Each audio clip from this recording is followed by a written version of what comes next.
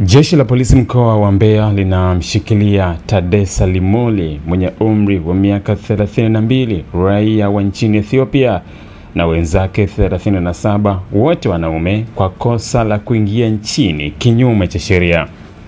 Watuhumiwa walikamatwa mnamo Novemba 11 mwaka huu huko katika pori la ranchi ya Matebete lililopo kijiji cha Igumbilo Shamba, kata ya Chimala, tarafa ya Ilongo, wilaya ya Mbarali, mkoani Mbeya, wakisafiri kwa kutumia gari lenye namba za usajili T953 DGF aina Toyota Noah, mali ya Stanislaus Mazengo, mkazi wa Isitu, ambaye ndiye alikuwa akiendesha gari hiyo.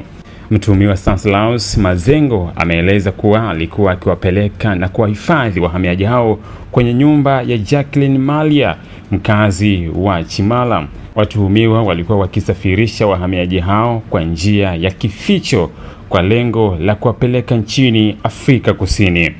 Jeshi la polisi mkoa wa Mbeya linatoa rai kwa baadhi ya wananchi wenye tamaa ya fedha kuacha tabia ya kuwawezesha raia wa kigeni kuingia ama kupita nchini bila kufuata taratibu za kisheria, na badala yake waelekeze kufuata taratibu kupitia mamlaka husika ili kuepuka usumbufu, ikiwemo kukamatwa na kuchukuliwa hatua za kisheria.